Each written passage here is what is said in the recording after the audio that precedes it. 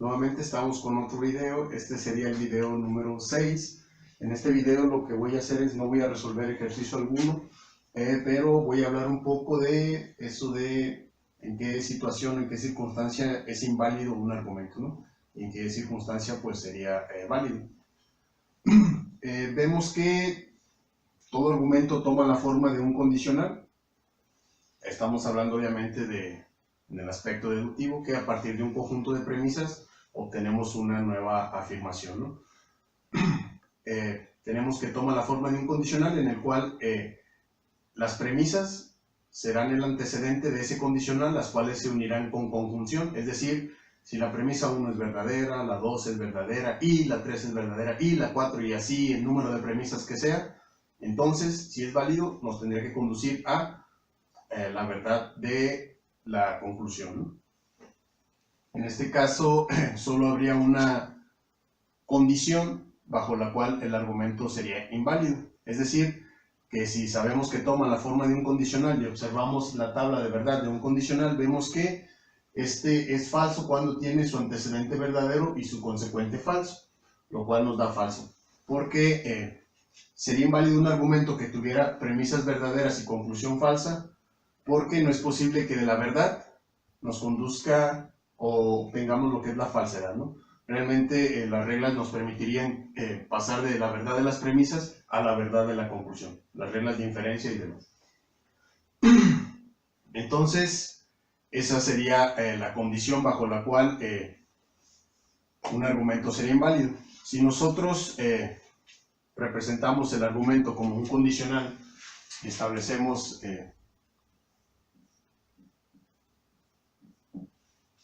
la relación de P, entonces Q, que sería el argumento, en donde P serían las premisas y Q sería la conclusión. Si nosotros damos la interpretación de que si no agregamos una negación, tomaríamos como que es verdadera a la fórmula, y si agregamos una negación, la tomaríamos como que es falsa, nosotros sabríamos que esta fórmula la podemos, por reglas de equivalencia, convertir a una disyunción. O esto sería equivalente a la negación de P o Q. Es decir, que un argumento sería válido atendiendo a las reglas del condicional cuando, como ya dije, bajo la interpretación de que si no agregamos una negación o si no hay una negación sería verdadero y si agregamos una negación sería falso, diríamos que este condicional es verdadero cuando y solo cuando tiene antecedente falso o consecuente verdadero. Y eso lo podemos observar acá en las tablas. Tenemos que, dice, cuando tiene antecedente falso. En este caso, P falso, independientemente del valor del consecuente, es verdadero. Y también en el cuarto renglón, cuando es falso, independientemente del valor del consecuente, es verdadero. O cuando tiene el consecuente verdadero. En este caso vemos en el renglón 1 que tiene consecuente verdadero. Y en el renglón 3 también tiene consecuente verdadero. Independientemente del valor del antecedente, en el renglón 1 es verdadero y en el renglón 3 es falso, observamos que el condicional es verdadero en las dos combinaciones, ¿no? Precisamente por esto, porque E no toma esta condición, que es la única que lo convierte en falso. Ahora, bajo la misma interpretación,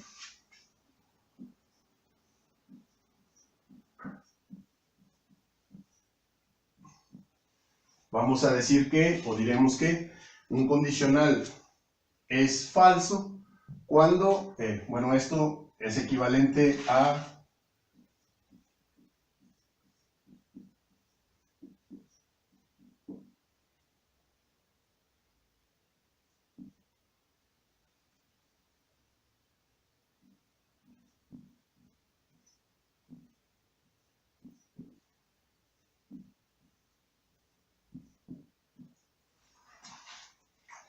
vemos que el condicional es equivalente a una disyunción cuyo un elemento que acá tomaba el lugar del antecedente se niega, pero también está afectando esta negación, ¿no? Por lo cual se convierte por teorema de Morgan a la doble negación de P, conjunción, negación de Q. Y por la regla de doble negación tenemos P y negación de Q. Es decir, que un condicional es falso únicamente cuando su antecedente es verdadero y su consecuente es falso, bajo la interpretación que estamos mencionando de que si no aparece negación es afirmativo y si aparece una negación sería negativo, ¿no?